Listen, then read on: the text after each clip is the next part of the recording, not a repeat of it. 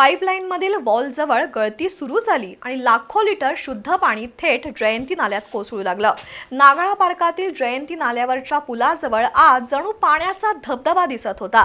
कसबा बावड्याच्या दिशेने जाणाऱ्या पाईपलाईनला गळती लागल्यानं लाखो लिटर पाणी वाया गेलं, पण महापालिकेला त्याचं सोयरसूतक नाही। दररोज कुठे ना कुठे पाईपलाईनला गळती लागते आणि लाखो लिटर पाणी वाया जातं। कोल्हापुरातील ही स्थिती बदलत नाहीये। एकीकडे महापालिकेच्या पाणीपुरवठा विभागातील भोंगळ कारभार वर्षानुवर्ष सुरू आहे। पाण्याची उचल आणि प्रत्यक्ष बिलिंग यात जमीन आसमानचा फरक आहे। तर दुसरीकडे दररोज कुठं ना कुठं तरी धो धो पाणी वाहत असतं। आज जयंती नाल्याच्या पुलालगत असलेल्या एका भल्या मोठ्या पाईपलाईनच्या वॉलमधून पाणी गळती सुरू झाली आणि शुद्ध केलेलं लाखो लिटर पाणी अक्षरशः धबधब्यासारखं जयंती नाल्यात मिसळत होतं।